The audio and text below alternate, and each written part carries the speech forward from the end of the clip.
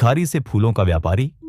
सोच बदलो, जीवन बदल जाएगा। एक व्यस्त शहर का रेलवे स्टेशन, हमेशा लोगों की भीड़, आती जाती गाड़ियां, और उसी शोरगुल के बीच एक भिखारी भी अपनी जिंदगी काट रहा था। वह रोज ट्रेन के यात्रियों से भीख मांगता और उसी से पेट भरता। उसकी दुनिया यही थी, स्टेशन की धूल धक्कड़ और आने जाने वालों की झलक। वह अपने भाग्य को कोसता, लेकिन उसके पास कोई और विकल्प भी नहीं था। एक ही सवाल उसकी आंखों में हमेशा तैरता रहता, क्या मेरी जिंदगी बस इतनी ही है? पहला मोड़। एक व्यापारी से मुलाकात। एक दिन जब वह ट्रेन में भीख मांग रहा था, तभी उसकी नजर एक लंबे सूट बूट पहने व्यक्ति पर पड़ी। भिखारी ने सोचा, यह तो बड़ा अमीर आदमी लगता है, इससे तो अच्छा दान मिलेगा। वह उस व्यक्ति के पास गया और हाथ फैलाकर बोला, साहब, कुछ दान कर दीजिए। लंबा व्यक्ति मुस्कुराया और शांत स्वर में बोला, तुम हमेशा मांगते ही रहते हो, कभी किसी को कुछ देते भी हो? भिखारी चौंक गया, हकलाते हुए बोला, साहब, मैं तो भिखारी हूं, मेरे पास देने को क्या है?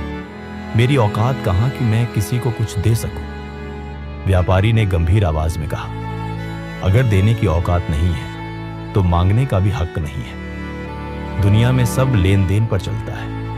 मैं व्यापारी हूं और केवल लेन देन में विश्वास करता हूं। अगर तुम्हारे पास मुझे कुछ देने को होगा, तभी मैं तुम्हें कुछ दे सकता हूं। इतना कहकर वह व्यक्ति ट्रेन में बैठ गया और चला गया। भिखारी वहीं खड़ा रह गया। उसके कानों में गूंजता रहा, देने की औकात नहीं तो मांगने का हक नहीं। यह तेरा मोड़। सोच में बदलाव। उस व्यापारी की बात भिखारी के दिल में उतर गई। उसने सोचना शुरू किया, शायद मुझे भीख इसीलिए कम मिलती है क्योंकि मैं बदले में कुछ पाता, पर मैं भिखारी हूं, मेरे पास देने के लिए आखिर क्या है? 2 दिन तक वह यही सोचता रहा। उसके पास कोई उत्तर नहीं था। तीसरे दिन अचानक उसकी नजर स्टेशन के पास खिले फूलों पर पड़ी। मन में विचार आया, क्यों ना मैं बदले में लोगों को ये फूल दूं। फूल भले ही साधारण हो, पर इनमें खुशबू और सुंदरता है, शायद लोग इससे खुश हो। उसने तुरंत कुछ फूल तोड़े और अगले दिन ट्रेन में भीख मांगते समय जब किसी यात्री ने उसे पैसे दिए, तो उसने बदले में उन्हें फूल थमा दिए। यात्री पहले तो हैरान हुआ, फिर मुस्कुराते हुए फूल को अपने पास रख लिया।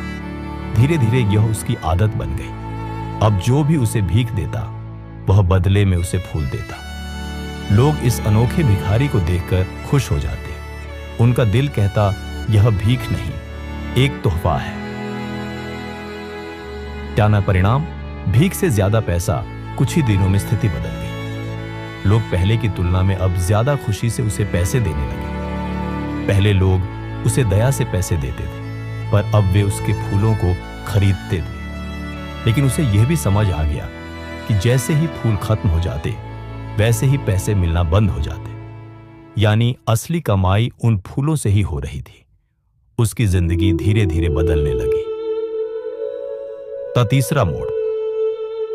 व्यापारी की दोबारा मुलाकात। एक दिन जब वह ट्रेन में भीख फूलों के साथ मांग रहा था, तो उसने उसी लंबे व्यापारी को फिर से देखा।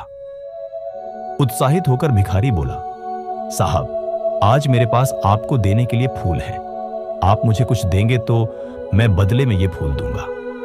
व्यापारी ने मुस्कुराते हुए उसे कुछ पैसे दिए और भिखारी ने तुरंत उन्हें फूल दे दिए। व्यापारी बोला, वाह, आज तुम भी मेरी तरह व्यापारी बन गए हो। यह सुनकर भिखारी की आंखों में चमक आ गई। उसे पहली बार एहसास हुआ कि वह अब भिखारी नहीं, बल्कि व्यापारी है। उस रात उसने स्टेशन की ओर देखते हुए आसमान की तरफ चिल्लाकर कहा, मैं भिखारी नहीं हूं, मैं व्यापारी हूं, मैं भी अमीर बन सकता हूं। क्या था चौथा मोड़। सफलता की शुरुआत। अगले दिन से वह सिर्फ भीख पर निर्भर नहीं रहा। उसने फूलों को इकट्ठा करने के लिए मेहनत करनी शुरू की। धीरे धीरे उसने छोटे स्तर पर फूल खरीदने शुरू किए और यात्रियों को देने लगा। फूल उसकी पहचान बन गए। यात्रियों को उसके फूल पसंद आने लगे। वे खुशी खुशी उसे पैसे देते और फूल ले जाते। भिखारी ने समझ लिया कि लोग उसे भीख नहीं देते, बल्कि फूल खरीदते हैं। और यहीं से उसने ठान लिया, अब मैं सचमुच फूलों का व्यापारी बनूंगा। दाइबत 5वां मोड़। भिखारी से व्यापारी 6 महीने बीत गए। वही रेलवे स्टेशन। 2 सूट बूट पहने व्यापारी ट्रेन से उतर रहे थे। उनमें से एक ने मुस्कुराते हुए कहा, क्या आपने मुझे पहचाना? दूसरा व्यापारी बोला, नहीं, शायद हम पहली बार मिले हैं। पहला व्यक्ति हंसते हुए बोला, नहीं, हम तीसरी बार मिल रहे हैं। पहली बार आपसे मैंने भीख मांगी थी और आपने मुझे सीख दी थी। दूसरी बार आपने मुझसे फूल खरीदे थे और आज तीसरी बार मैं आपके सामने खड़ा हूं, एक फूलों का व्यापारी बनकर। दूसरा व्यापारी हैरान रह गया, बोला, ओह, तो तुम वही भिखारी हो। लेकिन आज यह सूट बूट और आत्मविश्वास देखकर मैं यकीन ही नहीं कर पा रहा। भूतपूर्व भिखारी ने मुस्कुराते हुए कहा, हाँ, मैं वही हूं। आपने मुझे पहली मुलाकात में सिखाया कि देने से ही लेने का हक बनता है। दूसरी बार आपने मुझे एहसास कराया कि मैं भिखारी नहीं, व्यापारी हूं, और उसी दिन से मेरी सोच बदल गई। मैंने फूलों से व्यापार शुरू किया और आज मैं इस शहर का बड़ा फूल व्यापारी हूं। डी कहानी का सार, दोनों व्यापारी मुस्कुराते हुए आगे बढ़े। लेकिन यह घटना हम सबके लिए एक गहरी सीख छोड़ जाती है। अगर हम खुद को छोटा मानते रहेंगे तो जीवन भर छोटे ही रहेंगे।